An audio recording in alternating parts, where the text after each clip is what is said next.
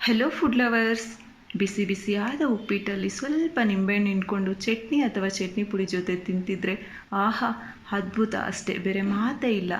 ಇಷ್ಟು ರುಚಿಯಾದ ಉಪ್ಪಿಟ್ಟನ್ನ ಹೇಗೆ ಮಾಡೋದು ಅಂತ ನಾನಿವತ್ತು ನಿಮಗೆ ತೋರಿಸ್ಕೊಡ್ತೀನಿ. ನಮ್ಮ ವಿಡಿಯೋನ ಕೊನೆ ತನಕ ನೋಡಿ. ಯಾರಾದರೂ ನಮ್ಮ ಚಾನಲ್ಗೆ ಫಸ್ಟ್ ಟೈಮ್ ಬಂದಿದ್ದರೆ ದಯವಿಟ್ಟು ಈಗಲೇ ಸಬ್ಸ್ಕ್ರೈಬ್ ಮಾಡಿಕೊಡಿ ಹಾಗೂ ಪಕ್ಕದಲ್ಲಿರೋ ಬೆಲ್ಲೈಕನ್ನ ಒತ್ತಿ. ನಾನು ನಿಮ್ಮ Lakshmi. Welcome to Lakshmi recipes. ವೀಕ್ಷಕರೇ, ನಾನಿಲ್ಲಿ 1 ಕಪ್ ರವೆ ತೊಗೊಂಡಿದ್ದೀನಿ. ಒಂದು ಈರುಳ್ಳಿನ ಈ ರೀತಿ ಕಟ್ ಮಾಡಿ ತೊಗೊಂಡಿದ್ದೀನಿ. ಒಂದು ಟೊಮೊಟೊ ಕಟ್ ಮಾಡಿ ತೊಗೊಳ್ಳಿ. 4 ರಿಂದ 5 ಮೆಣಸಿನ್ಕಾಯಿ, ಒಂದು 15 ಗೋಡಂಬಿ, 1.5 ಟೇಬಲ್ ಸ್ಪೂನ್ ಕಡಲೆಬೇಳೆ, 1 ಟೇಬಲ್ ಸ್ಪೂನ್ ಉದ್ದಿನಬೇಳೆ, 1 ಟೇಬಲ್ ಸ್ಪೂನ್ ಜೀರಿಗೆ, 1 ಟೇಬಲ್ ಸ್ಪೂನ್ ಸಾಸಿವೆ, ರುಚಿಗೆ ತಕ್ಕಷ್ಟು ಉಪ್ಪು, ಸ್ವಲ್ಪ ಕೊತ್ತಂಬರಿ ಸೊಪ್ಪು, ಸ್ವಲ್ಪ ಕರಿಬೇವಿನ ಸೊಪ್ಪು, 4 ಟೇಬಲ್ ಸ್ಪೂನ್ ಎಣ್ಣೆ, 2.5 ಕಪ್ ನೀರು. ಓಕೆ ವೀಕ್ಷಕರೇ, ಇವಾಗ ತಯಾರಿ ವಿಧಾನ ನೋಡೋಣ. ಸ್ಟವ್ ಆನ್ ಮಾಡಿ ಬಾಣಲಿ ಇಟ್ಕೊಂಡು ಅದಕ್ಕೆ ಎಣ್ಣೆ ಹಾಕ್ಕೊಳ್ಳಿ. ಎಣ್ಣೆ ಸ್ವಲ್ಪ ಕಾಯಬೇಕು. ಕಾದ್ಮೇಲೆ ಅದಕ್ಕೆ ಸಾಸಿವೆ ಜೀರಿಗೆ ಹಾಕ್ಕೊಂಡು ಒಂದು ಸ್ವಲ್ಪ ಚಿಟಪಟ ಅನ್ನಿಸ್ಕೊಳ್ಳಿ. ಕಡಲೆಬೇಳೆ ಮತ್ತು ಉದ್ದಿನಬೇಳೆ ಹಾಕ್ಕೊಳ್ಳಿ. ಕಡಲೆಬೇಳೆ ಉಪ್ಪಿಟ್ಟಲ್ಲಿ ತುಂಬ ಚೆನ್ನಾಗಿರುತ್ತೆ. ಅಲ್ಲಲ್ಲಿ ತಗಲ್ತಾ ಇದ್ದರೆ ತಿನ್ನಬೇಕಾದ್ರೆ ಕಡಲೆಬೇಳೆ ಮಾತ್ರ ಸ್ಕಿಪ್ ಮಾಡ್ಕೋಬೇಡಿ. ನಂತರ ನಾನಿಲ್ಲಿ ಗೋಡಂಬಿ ತೊಗೊಂಡಿದ್ದೀನಿ ವೀಕ್ಷಕರೇ. ಗೋಡಂಬಿ ಅಷ್ಟೇ ತುಂಬ ಚೆನ್ನಾಗಿರುತ್ತೆ. ಯಾವುದೇ ಕಾರಣಕ್ಕೂ ಸ್ಕಿಪ್ ಮಾಡಬೇಡಿ. ತಿಂತಾ ಇದ್ದರೆ ಆ ಎಕ್ಸ್ಪೀರಿಯನ್ಸ್ ತುಂಬ ಚೆನ್ನಾಗಿರುತ್ತೆ ನಿಮಗೆ. ನಂತರ ಕರಿಬೇವಿನ ಸೊಪ್ಪು ಹಾಕ್ಕೊಳ್ಳಿ. ಒಂದ್ಸಲ ಎಲ್ಲವನ್ನು ನೀಟಾಗಿ ಕಲಿಸ್ಕೊಂಬಿಡಿ. ಗೋಡಂಬಿ ಇಷ್ಟು ಫ್ರೈ ಆದರೆ ಸಾಕು. ಇವಾಗ ಈರುಳ್ಳಿ ಹಾಕ್ಕೊಳ್ಳಿ. ವೀಕ್ಷಕರೇ, ನಾನಿಲ್ಲಿ ಈರುಳ್ಳಿ ಪಾತ್ರೆ ತೊಗೊಂಡಿದ್ದೀನಿ. ನಿಮಗೆ ಕ್ಯಾರೆಟು ಬೀನ್ಸು ಬೇಕು ಅಂದರೆ ಸೇರಿಸ್ಕೊಳ್ಳಿ, ಆವಾಗಲೂ ಟೇಸ್ಟ್ ಚೆನ್ನಾಗಿರುತ್ತೆ. ಈರುಳ್ಳಿ ಜಾಸ್ತಿ ಫ್ರೈ ಮಾಡೋಕ್ಕೆ ಹೋಗಬೇಡಿ. ಸ್ವಲ್ಪ ಫ್ರೈ ಆದ ತಕ್ಷಣ ರುಚಿಗೆ ತಕ್ಕಷ್ಟು ಉಪ್ಪು ಹಾಕ್ಕೊಂಡು ಮತ್ತೆ ಒಂದ್ಸಲ ಚೆನ್ನಾಗಿ ಕಲಿಸ್ಕೊಳ್ಳಿ.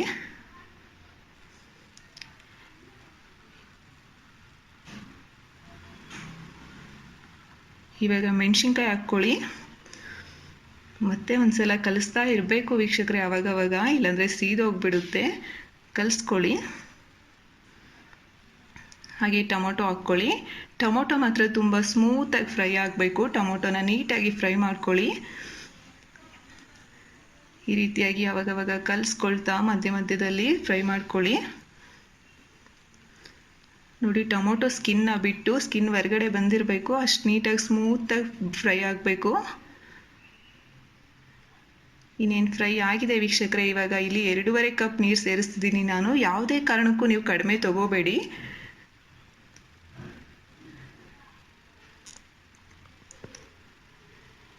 ಈ ರೀತಿ ಒಂದು ಕುದಿ ಬಂದಮೇಲೆ ಒಂದ್ಸಲ ಚೆನ್ನಾಗಿ ಕಲಸಿ ಮೀಡಿಯಮ್ ಫ್ಲೇಮ್ಗೆ ಅಡ್ಜಸ್ಟ್ ಮಾಡಿಕೊಂಡು ನಿಧಾನವಾಗಿ ರವೆನ ಸೇರಿಸ್ಕೊಳ್ಳಿ. ಈ ರವೆ ನಿಧಾನವಾಗಿ ಸೇರಿಸ್ಕೊಳ್ಳೋದು ತುಂಬ ಇಂಪಾರ್ಟೆಂಟು. ಒಂದೇ ಸಲ ಯಾವುದೇ ಕಾರಣಕ್ಕೂ ಹಾಕಬೇಡಿ, ಉಂಡೆ ಕಟ್ಬಿಡುತ್ತೆ. ನಿಧಾನವಾಗಿ ಹಾಕ್ಕೊಳ್ತಾ ಕಲಿಸ್ಕೊಳ್ತಾ ಇರಬೇಕು. ಈ ರೀತಿಯಾಗಿ ಎಲ್ಲವನ್ನು ಕಲಿಸ್ಕೊಳ್ತಲೇ ಇರಬೇಕು. ಒಂದೇ ಸಲ ಬಿಟ್ಬಿಡಬೇಡಿ. ಉಪ್ಪಿಟ್ಟಲ್ಲಿ ಉಂಡೆಗಳಿದ್ರೆ ಚೆನ್ನಾಗಿರಲ್ಲ. ವೀಕ್ಷಕರೇ, ನಾನು ಹೇಳಿರೋ ಪ್ರೊಸೀಜರ್ನ ಫಾಲೋ ಮಾಡಿ ನೀವು ಉಪ್ಪಿಟ್ಟನ್ನ ಟ್ರೈ ಮಾಡಿ. ಉಪ್ಪಿಟ್ಟು ಯಾರಿಗೆ ಇಷ್ಟ ಇಲ್ಲ ಅಂತಾರೋ ಅವ್ರಿಗೊಂದ್ಸಲ ಕೊಡಿ. ಅವರು ಉಪ್ಪಿಟ್ಟಿಗೆ ಫ್ಯಾನ್ ಆಗಿಬಿಡ್ತಾರೆ, ಅಷ್ಟು ಚೆನ್ನಾಗಿರುತ್ತೆ.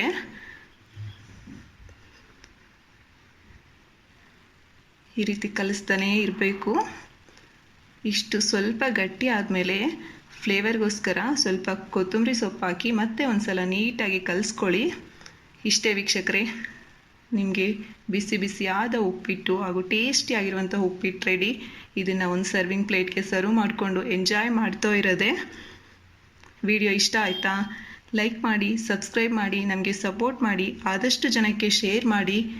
Thank you for watching.